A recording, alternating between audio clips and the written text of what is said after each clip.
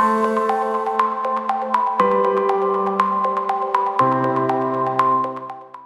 Rostros de la Transformación nos emociona tener una charla con Carolina Rangel Gracida, una mujer con historia, convicción y compromiso.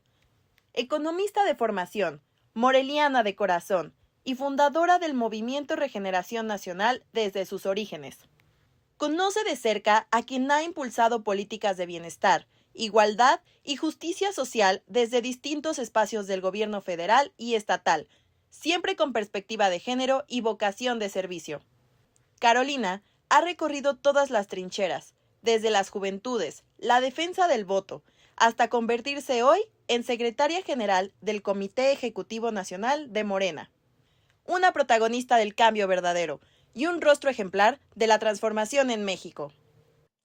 Hoy me llena de mucha alegría y de mucha emoción estar con una mujer con quien he compartido muchísimas batallas, muchísimos sueños, muchísimas experiencias e incluso también amores. Carolina Rangel es la secretaria nacional del Comité Ejecutivo Nacional de Morena y es una mujer que además también es muy querida y muy especial en el estado de Michoacán. Hoy en el programa Rostros de la Transformación, ella nos va a platicar acerca de sus inicios en la política, qué es lo que la ha inspirado y sobre todo también pues brindar mensajes a las juventudes porque fue secretaria de Juventud en el estado de Michoacán y cómo precisamente ha sido avanzando, Caro, en todos estos procesos. En este sentido, pues también quisiéramos comenzar primero, Caro, que nos platiques quién es Caro, cómo te defines a ti misma y dónde naciste.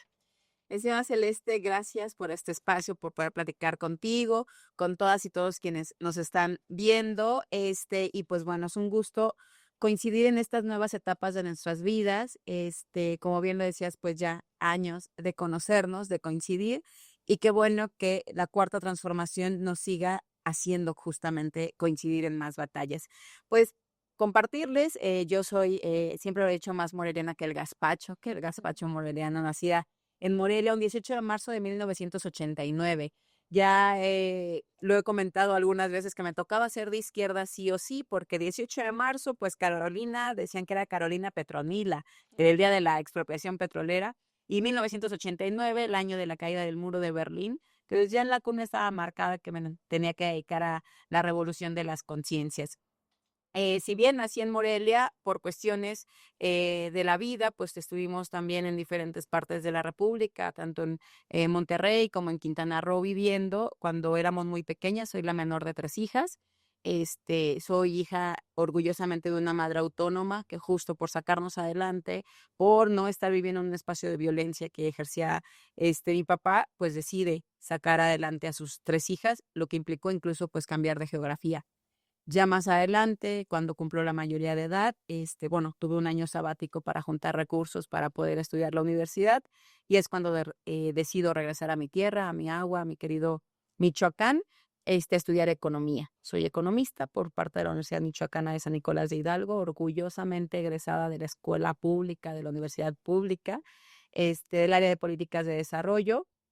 Y pues lo que principalmente me ha marcado, aparte de ser michoacana, de ser hija de una madre autónoma, de ser economista, sobre todo pues obradorista y cuarto transformadora. Oye, Caro, precisamente yo recuerdo, pues obviamente quienes hemos fundado Morena lo realizamos desde hace muchísimos años.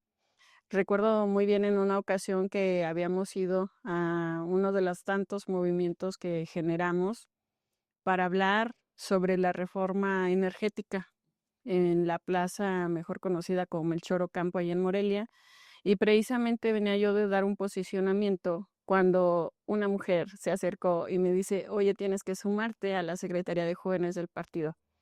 A la par, mientras tú estabas como secretaria de jóvenes, estaba yo como haciendo los comités en Paracho, en mi municipio.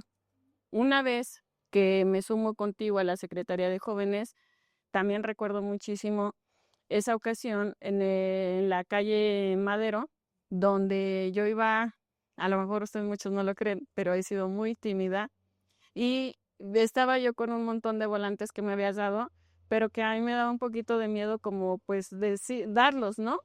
Entonces llegaste y me dijiste, a ver, Celeste, nada, pierde el miedo, palabras más, palabras menos y empieza a repartir, ¿no? ¿Qué fue lo que te motivó o cómo iniciaste en el ámbito político? Definitivamente ha sido Andrés Manuel López Obrador. Si bien desde mi casa la izquierda siempre estuvo presente, me tocó crecer en una casa donde se escuchaba Mercedes Sosa, Silvio Rodríguez, Joan Manuel Serrat, y mi familia, mi mamá es de izquierda y me marcó mucho, literalmente, porque hasta lo tengo tatuado, la frase de que lo injusto no me sea indiferente. Entonces, mi mamá siempre nos ha demostrado que no debemos de ser ajenas a las injusticias. Y entonces así lo viví en casa. Luego, pues, yo soy hija del neoliberalismo, ¿en qué sentido? Porque en el año en que yo nazco es cuando se empieza a consolidar el neoliberalismo en el país. El ser hija del neoliberalismo implica padecer ese neoliberalismo. Eh, Recuerdo muy bien haber acompañado a mi mamá a votar por en ese entonces, ella no votó por Vicente Fox, pero en la elección de Vicente Fox, y que toda la gente hablaba de una alternancia y demás. Cuando yo estaba muy pequeña cuando se hace esa votación, pero ya cuando sale Vicente Fox, es este tema de cómo, aunque cambie un partido político, no funciona y que todos son iguales. Ya tenía yo un poco más de conciencia en ese entonces. Y es cuando se empieza a hablar de un político que quieren meter a la cárcel o lo querían desaforar por abrir un camino a un hospital. Y yo decía, a ver, acaban de decir que todos son iguales, que cambió de un partido al otro, de un régimen al otro, pero resulta que entonces hay un político que no es igual a todos los demás.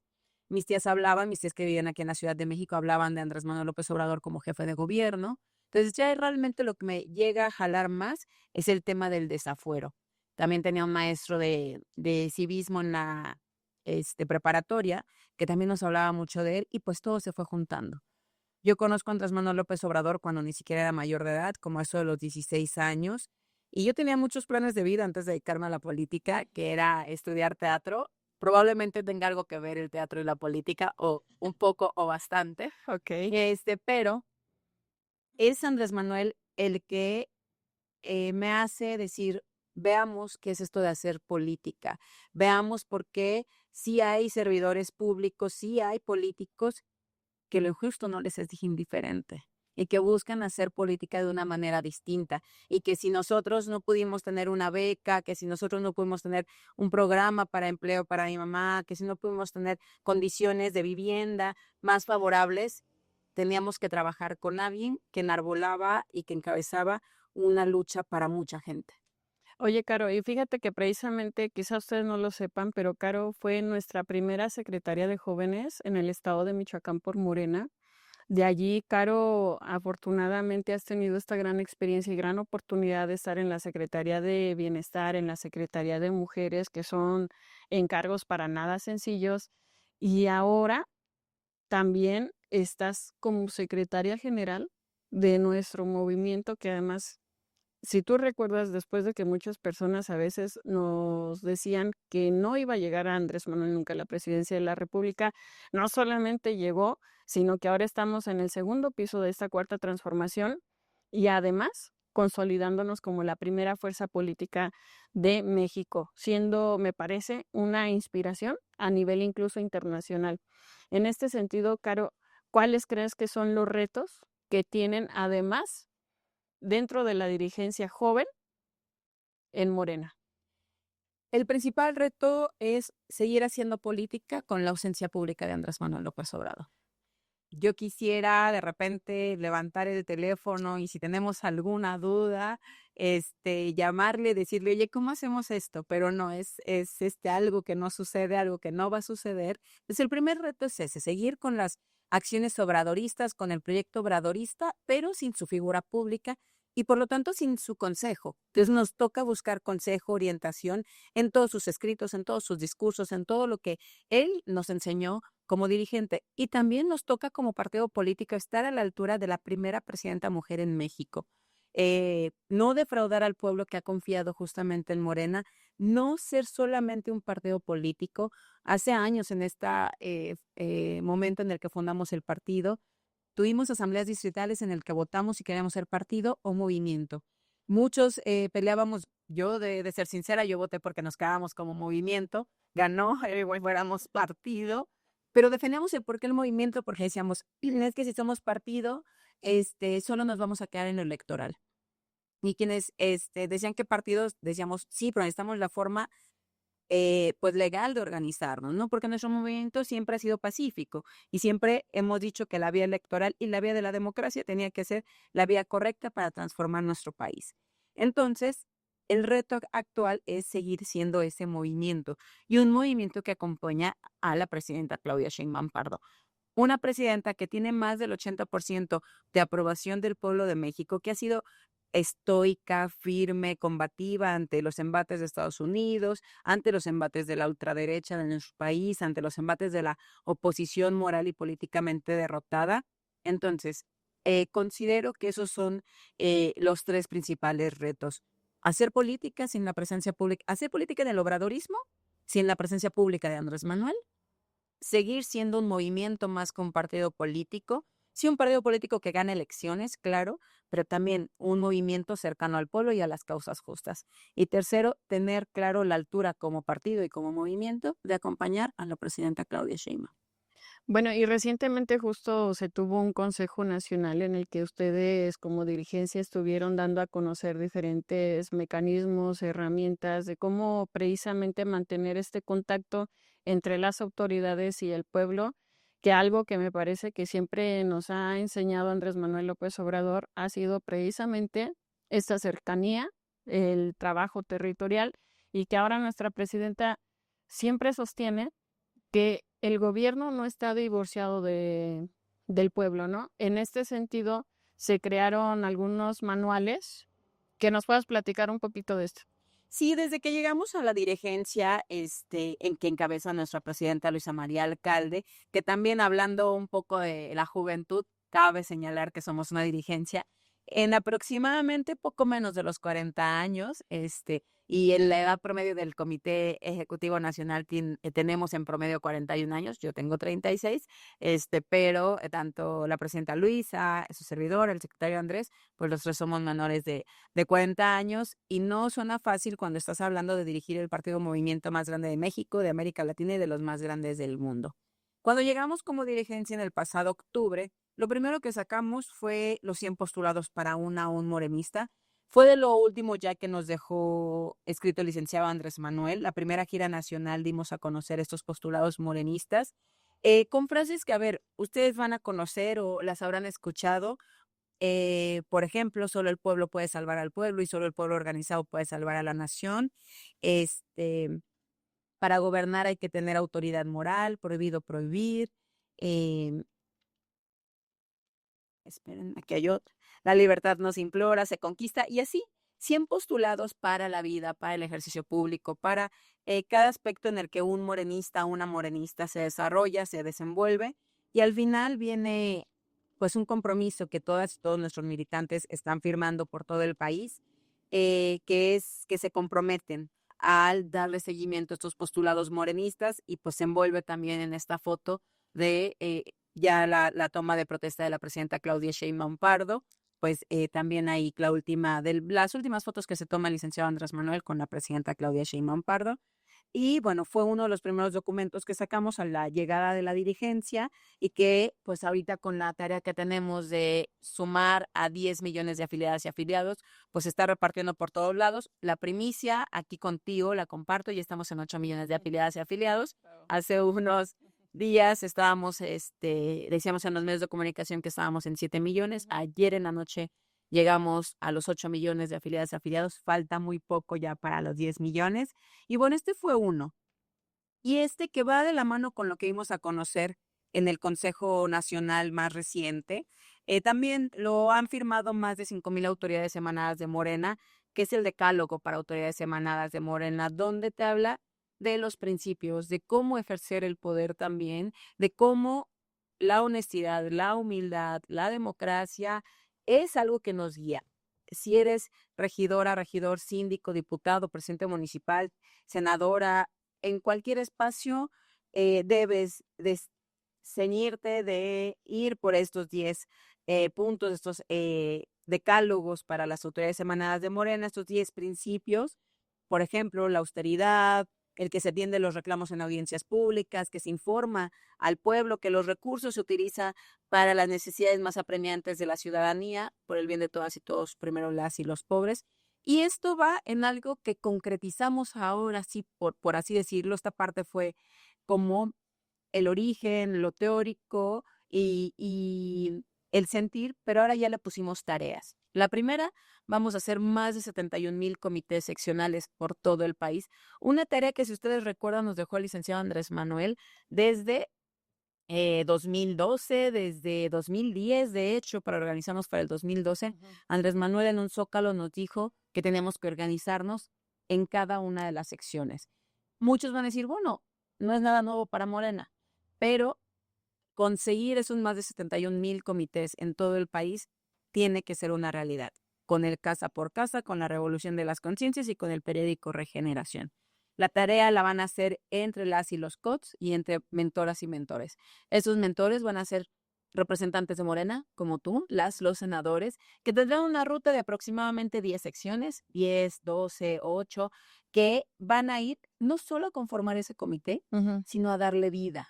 Ok. No solo ir ese día, tomar protesta y ya no los vuelvo a ver. No. De manera permanente, estar dando este acompañamiento a que tenga esta vida, lo decíamos hace un momento, que seamos un movimiento, ¿no? Por eso sacamos también este manual para todas nuestras mentoras y nuestros mentores, que se estarán coordinando con las y los COTS, con los coordinadores operativos territoriales, y estarán trabajando de manera conjunta la estructura de partido y las autoridades del partido, las autoridades emanadas de Morena. Y con ello, pues también darle seguimiento a nuestras autoridades que ya firmaron este decálogo, pero Morena ha dado a conocer una escuela municipalista para que nuestros presidentas y presidentes municipales no se separen de los principios, para que sigan el ejemplo de la presidenta Claudia Sheinbaum de tener cercanía al pueblo. Y pues aparte de ello, reactivaremos el Consejo Consultivo y tendremos una comisión evaluadora de incorporaciones a Morena. Fíjate, Caro, que la verdad esto es súper interesante y súper importante porque ahora que hemos estado recorriendo el estado de Michoacán, como lo hemos hecho siempre, pues había de pronto este sentimiento de desapego, ¿no? Este sentimiento un poquito de distanciamiento.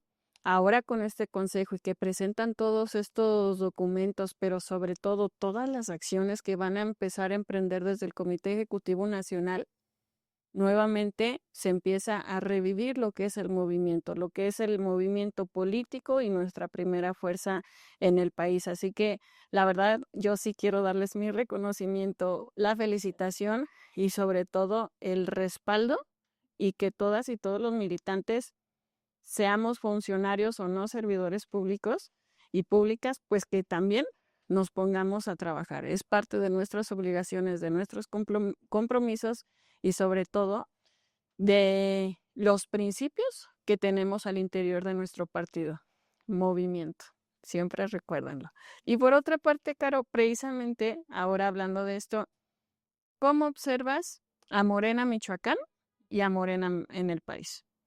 Definitivamente tiene que, decía yo hace un momento, tanto Morena en los estados como Morena a nivel nacional, tiene la responsabilidad moral, política e histórica de seguir siendo la esperanza de México. Morena es un movimiento bastante fuerte, un partido político bastante fuerte. Por ejemplo, en 2027 se viene un proceso también importantísimo donde vamos a elegir más de 20,000 nuevos encargos. Y si hablamos incluso con suplencias, más de 40,000 encargos. 17 gobernaturas se van a renovar, entre ellas mi amado Michoacán. Y de estas 17 gobernaturas, una encuesta reciente del Heraldo señala que en estos momentos Morena puede ganar 15 de esas 17 gobernaturas. Y claro que también, aparte de esas 15 gobernaturas, Morena nos estamos organizando para que en estos estados, que la diferencia incluso con la oposición es muy pequeña, estamos trabajando para seguirnos organizando y seguir fortaleciéndonos como partido y poder ganar 17 de 17 gobernaturas, así como la mayoría en los congresos locales, así como la mayoría en la Cámara de Diputadas y de Diputados. Entonces, Morena se sigue consolidando como un movimiento fuerte. Estas tareas de las que hemos platicado va a seguir apoyando a que Morena, insisto, como movimiento, no solo como partido de elecciones, pues siga teniendo la confianza de la gente, la confianza del pueblo de México, y que si en algún momento hay alguna situación en que la militancia no esté de acuerdo, no lo externe y tengamos los medios para ir resolviéndolo y tomando decisiones en conjunto. Entonces, Morena Michoacán definitivamente, como decía, al igual que en todos los estados, tiene que seguir trabajando pues una cuestión organizativa y de escucha a la militancia, que es como lo estamos haciendo a nivel nacional, ¿no? De puertas abiertas, de mucha organización, de también escuchar las críticas y escuchar en lo que podamos no estar de acuerdo, pero siempre poner por encima de cualquier situación personal, interés personal que son legítimos, siempre poner pues el bien común, la causa común. Recordemos, hubo 2 libros llamados Proyecto Alternativo de Nación y Nuevo Proyecto Alternativo de Nación, y ese proyecto de nación es el que tiene que estar por encima de cualquier situación dentro del partido político. Claro que sí, y hasta cierto punto ese proyecto alternativo de nación lo hemos visto ya desarrollándose en el ámbito legislativo. Hemos aprobado muchísimas iniciativas de austeridad republicana, iniciativas en materia de igualdad sustantiva, y en este sentido habemos muchas mujeres que sostenemos que el dicho "es tiempo de mujeres" ha sido siempre, solo que hasta ahora se nos empieza a visibilizar. En este sentido, ¿qué papel crees que deben de jugar las mujeres al interior de Morena y de todo este gran movimiento? Definitivamente Morena es el espacio para las mujeres en la política. Molesta bastante ver a lo que yo le llamo el feminismo de la derecha, que sí son feministas cuando quieren supuestamente defender, entre comillas digo yo, un espacio político para las mujeres, esta derecha fake minista, pero no les hables de derechos plenos de las mujeres porque ahí sí ya se les olvida. Entonces, la invitación a todas las mujeres que quieren militar en la política para que militen en Morena. ¿Por qué? Porque gracias a Morena y con Morena y gracias a la lucha histórica de las mujeres, porque la lucha del feminismo ha sido siempre y será siempre de izquierda, y la izquierda tiene que sí o sí ser siempre feminista. Es que gracias a esta lucha histórica de las mujeres y esta lucha histórica de la izquierda, ahora con Morena y ahora con la Cuarta Transformación, tenemos más gobernadoras mujeres. Tenemos a la primera presidenta mujer, tenemos gabinetes paritarios, tenemos políticas públicas que hacen justamente una cuestión de visibilizar a las mujeres, al sistema de cuidados. Muchos hablan de que, ay, es que hay más feminicidios. No, es que en la época del neoliberalismo y de la derecha ni siquiera se tenía contemplado el delito de feminicidio, ni siquiera era algo que se contaba, que se documentara, nada de ello. Entonces, bueno, creo que la Cuarta Transformación ha sido también un partaguas para la participación de nosotras las mujeres. Y hablar de tiempo de mujeres, claro que queremos nosotras tener una libre y una plena participación dentro de la política. Son importantes las acciones afirmativas, en definitiva, que sí espacios asignados para las diversidades, para las juventudes, para las comunidades indígenas, para las mujeres. Pero creo que como izquierda, como partido político, debemos avanzar en que todas y todos podamos participar con libertad. No porque tengamos o porque te toca el espacio, no, que yo pueda decir en cualquiera de estos espacios puedo participar, más allá de si estoy en alguna condición. Ese es el sueño que yo tengo dentro de la lucha de izquierda, dentro de las luchas para las mujeres, que no sea porque toca mujer, sino porque las mujeres podemos hacerlo. E insisto, incluso las mujeres que hemos venido trabajando, luchando y construyendo este México para nosotras, porque dentro de este feminismo del que hablo, pues no es que llegara una mujer a la presidencia, no era de que, bueno, lo mismo da si es Xóchitl o si es Claudia. No, el punto es que llegara Claudia Sheinbaum como una mujer con proyecto de izquierda, con una mujer con un proyecto con perspectiva de género, con una mujer que genera la primera Secretaría de las Mujeres. Entonces, nosotros como mujeres seguir luchando, seguir conquistando. Todavía hay mucho, mucho, mucho por qué luchar, muchos espacios que tenemos que seguir haciendo feministas, en definitiva, pero que la vía es esta, la vía es la izquierda, la vía es también decir que llegamos todas y hacer que lleguemos todas, y que si hay una mujer que todavía no ha llegado a tener pleno goce de derechos, como movimiento y como el gobierno emanado de esta transformación, sigamos generando las vías y los caminos para que todas lleguemos.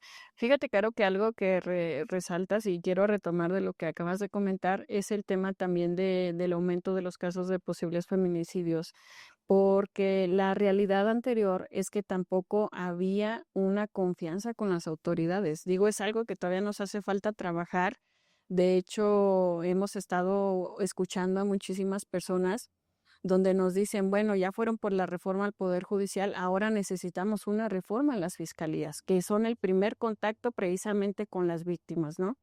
Y en este sentido, allí todavía nos hace falta, tenemos que empezar a abordarlo más adelante, pero por otra parte, pues también está el hecho de decir, bueno, antes no es que no existieran estos delitos, es que las mujeres, las personas en general, ni siquiera se atrevían a ir a una fiscalía, al Ministerio Público a denunciar, porque ni caso les hacían.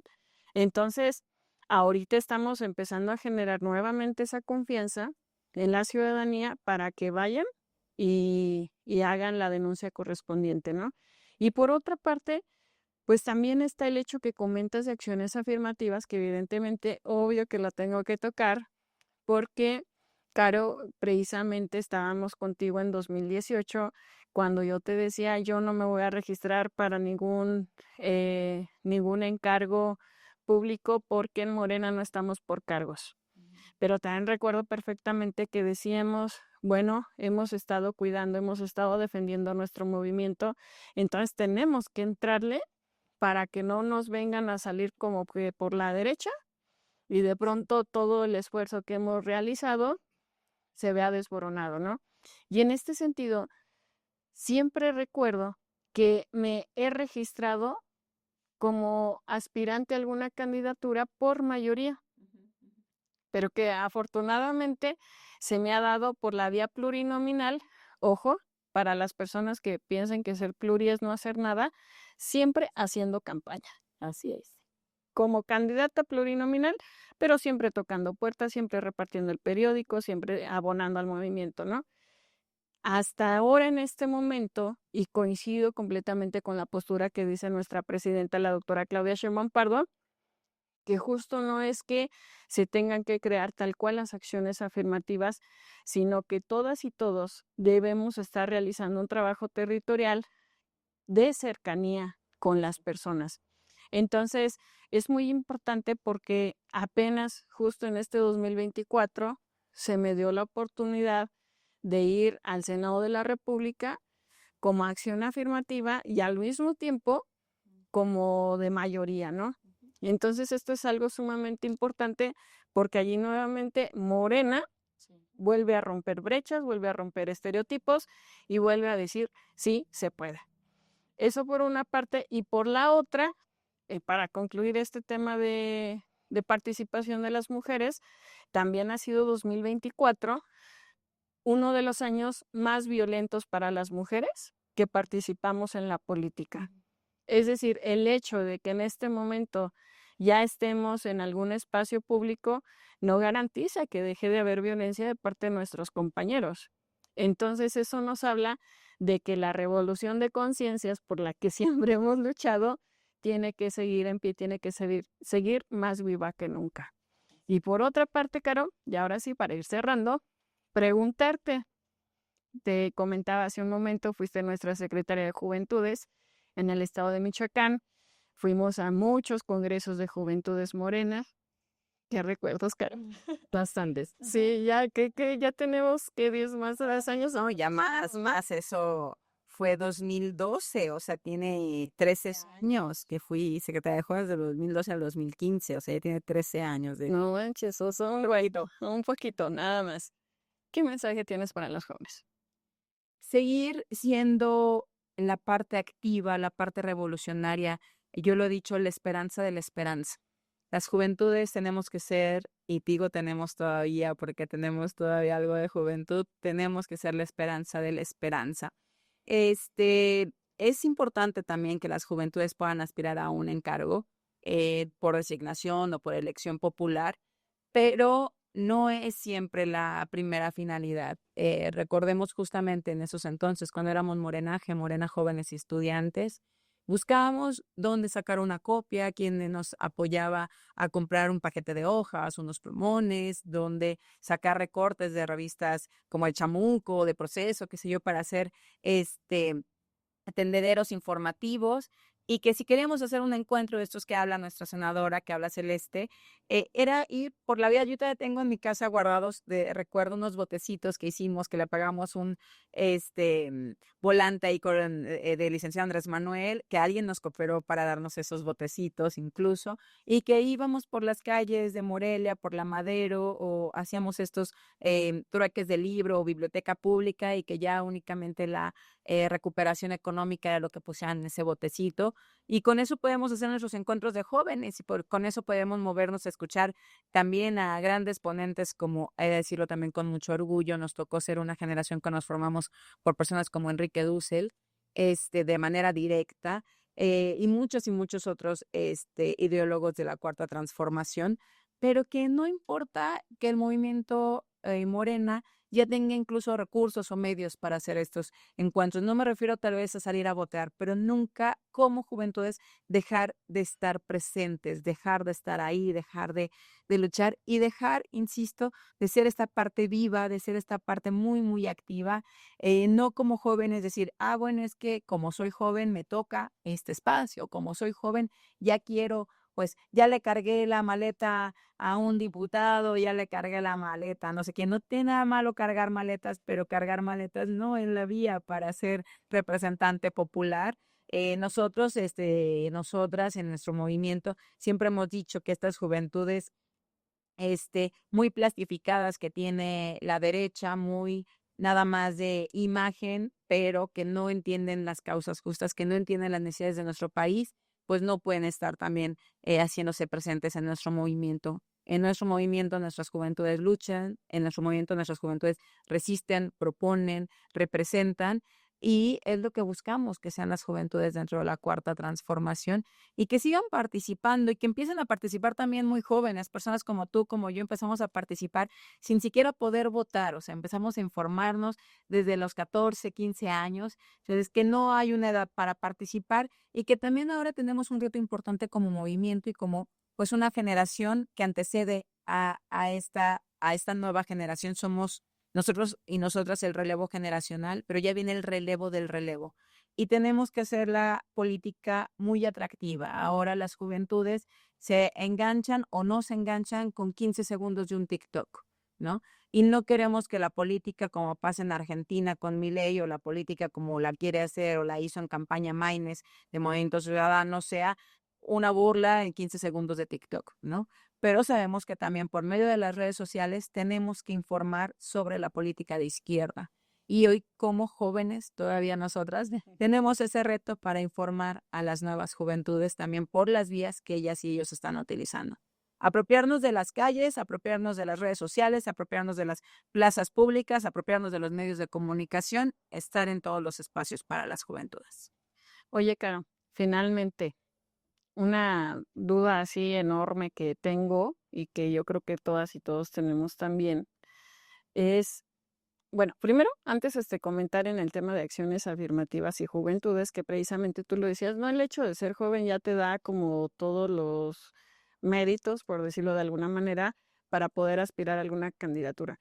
Coincido completamente, lo he dicho, de pronto de la noche a la mañana, compañeros y compañeras y compañeros que ni siquiera se asumían como parte de la población de la diversidad sexual, de la noche a la mañana ya son súper gays, ya son súper lesbianas, o en el peor de los casos, hay hombres que simulan ser mujeres y aparte mujeres trans. Entonces, ¿a qué voy con esto? En efecto, el hecho de ser parte de la población LGBTIQ+, no significa que en automático vas a tener una candidatura. Y lo peor de todo, Caro, es que muchas ocasiones buscan que sean candidaturas plurinominales. En este sentido, pues la invitación me parece, tanto para las juventudes como para todas las poblaciones, es que hagamos un trabajo real, que hagamos un trabajo coordinado, muy organizado y siempre muy cercano con la población. Eso es lo que nos va a garantizar que más adelante se puedan observar ciertos liderazgos y que entonces sí podamos decir, contribuí en cambio climático, contribuí en deporte, contribuí en diversidad sexual, contribuí, etcétera, ¿no? Y ahora sí, poder decir desde el espacio en el que pueda llegar a aspirar, voy a seguir proponiendo, voy a seguir haciendo, ¿no? Eso por una parte. Y por la otra, en este momento, para quienes estamos en alguna representación, a veces es complicado, pero yo quisiera saber, Caro, ¿qué es lo que te motiva? ¿Qué es lo que te inspira a que todos los días te levantes por la mañana para decir, vamos a lograr una transformación en nuestro país? Pues que realmente se puede ser feliz, lo decía el licenciado Andrés Manuel también, se puede ser feliz buscando la felicidad de las y los demás. Creo que el noble oficio de la política sí es una forma de vida, no un estilo de vida ni una vía por donde vivir, no, una forma de vida. Muchas veces me han preguntado, ay, que claro, en algún momento espero me alcance la vida para tener hijas, que sí los hijos, que sí todo esto, pero esto también es una vida, ¿no? También dedicarnos día a día a servir al pueblo es también un estilo de vida y justamente porque todavía hay muchas injusticias con las cuales acabar, todavía hay muchas causas justas por las cuales luchar. Todavía, yo lo digo de una manera que he convertido en sujeto y en verbo la palabra, todavía hay mucho que cuarto transformar, ¿no? La cuarta transformación tiene que ser un camino de largo aliento, una forma de vivir, una forma de ser feliz y una forma de servir también. Hay mucho, mucho que hacer y pues todos los días, aunque tengamos un poquito de sueño, aunque tengamos cansancio, aunque quisiéramos estar tal vez 5, 4, 3 horas más acostadas en la camita, uno dice, no, hay que seguir luchando porque todos los días el hermoso, digno y gran pueblo de México se levanta todos los días a sacar adelante a su país. Bueno, pues la verdad, Caro, muchísimas gracias. Como siempre me voy con muchos aprendizajes, con muchas experiencias y sobre todo con la firme intención y convicción de que al igual que tú, juntas, sigamos haciendo historia. Muchísimas gracias a todas, a todos por acompañarnos en este programa de Rostros de la Transformación. Esperemos les haya gustado y que también yo sé que pueden tomar muchísimas notas porque aquí tienen a 2 mujeres ideólogas de la Cuarta Transformación y del humanismo mexicano.